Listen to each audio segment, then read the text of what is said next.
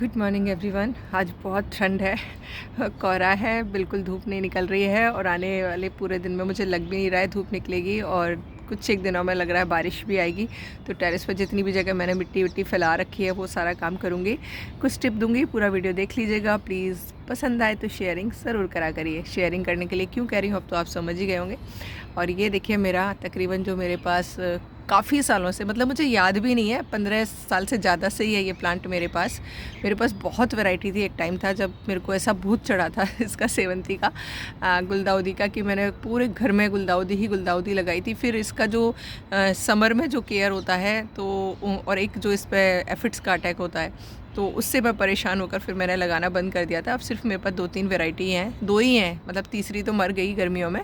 और लेकिन ये देखिए कितने अच्छे से इसका, देखिए इस फूल का साइज़ देखिए, बहुत अच्छे से खिल रहा है। अब मैं क्यों बता रही हूँ ये देखिए, अब एकदम से, क्योंकि कल क्वेरी थी ग्रुप में कि मैम इस पर एकदम से काले काले कीड़े आ गए हैं जो कि फूलों को ख़राब कर रहे हैं। यस, वो रस्ट टू कीट होते हैं जिनको हम एफिड्स कहते हैं, वो एकदम से आएंगे क्योंकि उनका ये पसंदीदा पौधा होता है जिस पर ये अटैक करते हैं। अभी आप देख रहे हैं मेरा पौधे जो हैं बिल्कुल क्लियर हैं सारे ही, मतलब अभी साफ़ सुथरे हैं, क्योंकि एक तो देखिए मैं डेट्स को फॉलो कर रही हूँ, याद रखती हूँ पूर्णमासी और अमावस पर कि मुझे स्प्रे करना ही करना है कड़वे बायो एंजाइम का।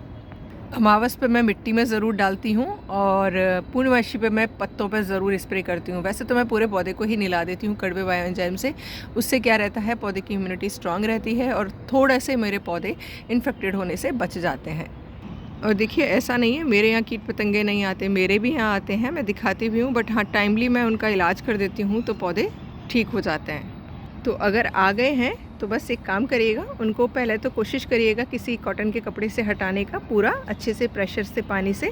और उसके बाद उसमें आपके पास अगर कड़वा बायो एंजाइम नहीं है, नीम ऑयल भी नहीं है, तो आप क्या करेंगे, मैंने पिछली बार भी बताया था, एलोवेरा तो घर में हर किसी के होता ही है। एलोवेरा का लिक्विड बनाइएगा जिसमें नीम की पत्तियाँ बॉईल कर लीजिएगा और उस पानी को रेगुलर, और प्याज के छिलके रेगुलर स्प्रे कर दीजिएगा। तो आपके पौधे को पोषण भी मिल जाएगा और आपके यहाँ जो ये कीट पतंगों का प्रॉब्लम आ रहा है वो ख़त्म हो जाएगा। ये क्योंकि ये अब आएगा, सारे आपके गुलदाउदी के पौधों पर आएगा, तो इस चीज़ का विशेष ध्यान रखिएगा। और ये देखिए लास्ट डेट पे लगाई थी कसूरी मेथी, जिसका जर्मिनेशन आप देख रहे होंगे, निकल रहे हैं छोटे छोटे पौधे। अब चूँकि आज है पत्तों वाली डेट तो आज धनिया हार्वेस्ट कर लूँगी और जो कंटेनर्स हैं उनमें वापस खाद मिली मिट्टी भर के मैं धनिया और पालक का बैच फिर से लगाऊँगी, क्योंकि आज है 19 दिसंबर। जिन्होंने कल वीडियो मिस कर दिया था उनके लिए आज रिमाइंडर है। कई लोगों की क्वेरी आती है कि मैम छाछ जो होता है, जिसको हम मट्ठा कहते हैं या बटर मिल्क कहते हैं, इसको हम किस पौधों पर डाल सकते हैं। तो देखिए मैं सभी सब्जियों वाले पौधों पर डालती हूँ। मैं कॉलियस में भी डाल देती हूँ, मैं करी पत्ते में भी डाल देती हूँ। हाँ, कैक्टस सकुलेंट या अडेनियम है, इनमें मैंने कभी नहीं डाला है, लेकिन टमाटर, मिर्ची, सेम, जो बेल वर्गीय सब्जियां होती हैं उन पर ये बहुत अच्छा वर्क करती है। इसका आप पानी में डाइल्यूट करके, जैसे आप सपोज़ करिए आपके पास हाफ़ लीटर जो है अगर बटर मिल्क है, तो इसको आप 4-5 लीटर पानी में मिक्स करके सारे पौधों पर स्प्रे भी कर सकते हैं और आप मिट्टी में भी डाल सकते हैं। तो मैं देखिए अभी जो मेरे पास सब्जियां लगी हैं, जैसे आप ये देखिए मिर्च की हालत देख रहे हैं आप कैसी हो रही है, तो इस पर लीफ कर्ल वायरस नहीं है, बस ये थोड़ा बीच में ख़राब हो गई थी, मेरी पूरे पत्ते सूख गए थे इसके, तो मैंने प्रून कर दिया था और अब इस पर नया फुटाव आ रहा है। तो आज ये जो है मैं पूरा इसमें मिट्टी में डालूंगी और इस पौधे पर स्प्रे करूंगी, तो देखिएगा इसकी ग्रोथ में क्या चेंजेस आते हैं। और अगर इसमें हम तांबे का कोई बर्तन डाल देते हैं तो आपको पता है ये कॉपर ऑक्सीक्लोराइड बन जाता है, जिसका कॉम्बिनेशन जो होता है फंगस जनित जितने भी रोग होते हैं उनको ख़त्म करता है। तो अगर आपके पास, कई लोग ये कहते हैं कि मैम हमारी नीली नहीं हो रही है, तो देखिए हो सकता है आप डेयरी का जो प्रोडक्ट है वो यूज़ कर रहे हो।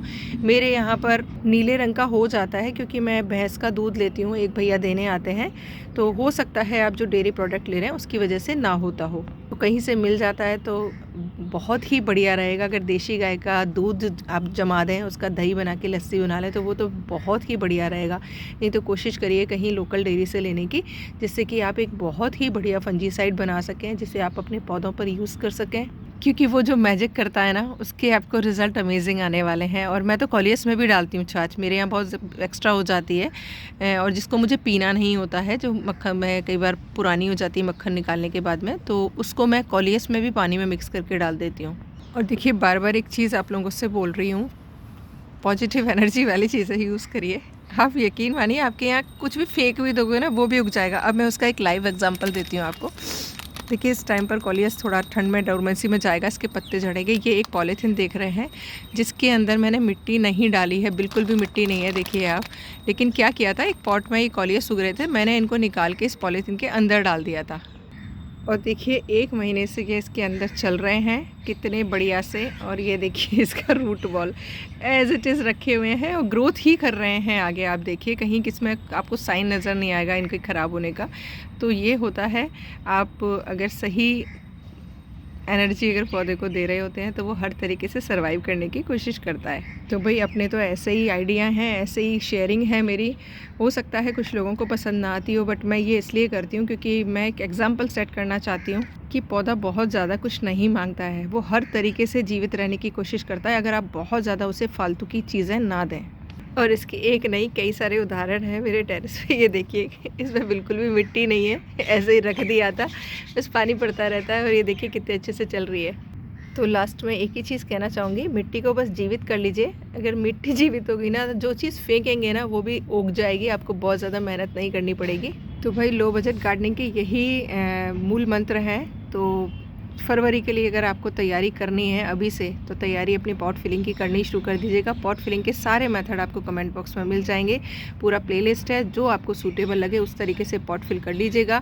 अगर आपको मेरे यहाँ जैसा हेल्दी गार्डन चाहिए जहाँ पर सब आते हैं, मित्र कीट भी आते हैं, शत्रु कीट आते हैं, और एक मिलकर एक बैलेंस बनाते हैं जहाँ आपको सब्जियाँ भी मिलेंगी, फूल भी मिलेंगे, ऑर्नामेंटल प्लांट्स भी मिलेंगे, और जो चाहोगे वो मिलेगा। सिर्फ मेरे तरीके से एक बार पॉट फिल करके देखिए। तो आज लगा लीजिएगा, 19 दिसंबर है, सारी पत्तेदार सब्जियां, और कल और परसों यानी कि 20 और 21 को लगा लीजिएगा जो भी फल समझ ही गए होंगे, बताया था, जो भी पौधे पर लटकता है वो वाली सब्जियां, फल के पौधे जो भी आपको करने हैं वो लगा लीजिएगा।